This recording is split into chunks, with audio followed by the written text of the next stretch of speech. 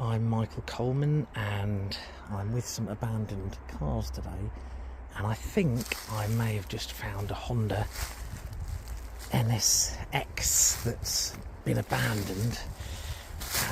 Let's have a look. I've not seen one of these for ages.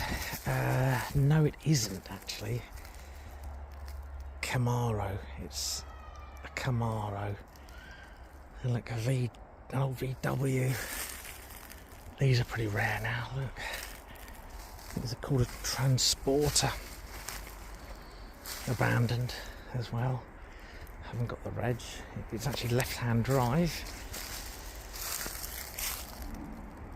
There we are. Inside's not too bad.